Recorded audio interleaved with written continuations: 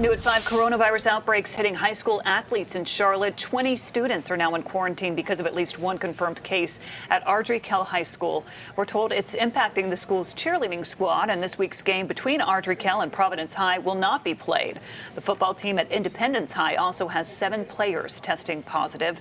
Their game has also been canceled. For many students returning to the classroom, vaccines are not an option. That has many districts rethinking their policy on protective masks. While many districts are deciding to bring mask mandates back, not everyone is on board. Last night, the Union County School Board voted to make masks optional, and parents who don't like it will have to live with it or find another school. Fox 46's Robin Kennedy live for us in Union County tonight. And Robin, you asked parents on social media about the school board's decision, and what did you hear from them? Lindsay, a lot. The emails have not stopped. My phone just keeps pinging me all day long with messages from upset parents. And one mom tells me she is just out of options, and she's worried about the new school year here at Marvin Ridge High School. I would be lying if I said that I wasn't nervous. I'm very concerned. Wendy Hamilton says masks optional gives her no option. And it's frustrating as a parent because we have no other options. There's no virtual schooling offered in Union County. And because of that, now, if you don't want to send your child in, you're kind of out of luck.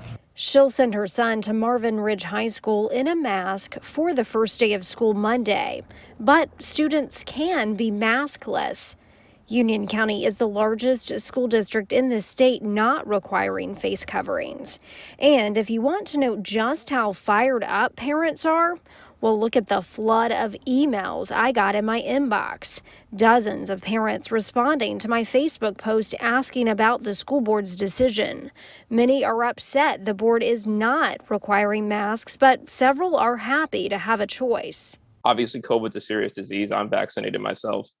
But it affects people who are older much more seriously than people her age. Chris Day has a kindergartner at Waxhaw Elementary.